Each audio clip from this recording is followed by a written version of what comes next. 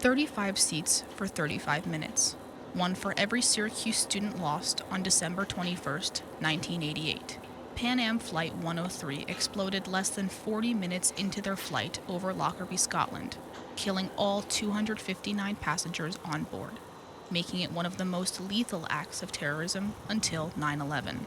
The university pays tribute to those lost with Remembrance scholars, students who honor the victims of the crash as they sit in the very seats those students sat many years ago. One of those scholars, Nico Horning, says representing his victim is something he will keep with him forever. Rick Minetti is his name, and his full name is Richard Paul Minetti, but he goes by Rick. And I think for me to be able to represent his purpose here at school for the week and really for the rest of my life is extremely honorable. Horning says it is the current generation of students that not only got him involved, but who maintain the sanctity of these commemorations.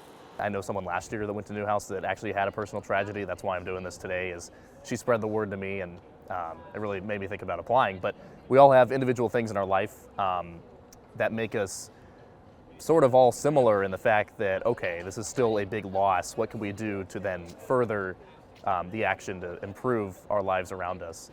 Nearly 4 decades later, the memory of the attack lives on not only in what we continue to say, but the silence that follows, sometimes saying more than words ever could. I think it causes us to just stop and think, not only about what we lost, but how we can move forward from that.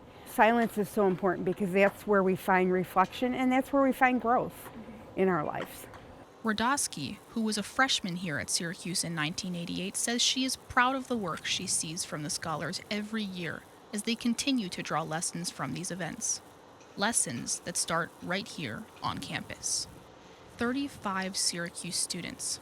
Classes never finished. Degrees never earned. Lives never fully lived. But through the Remembrance scholars who sit in these same seats today, their legacy endures. These 35 chairs, now empty, serve as the loudest silence on campus. Helena Stovin, NCC News.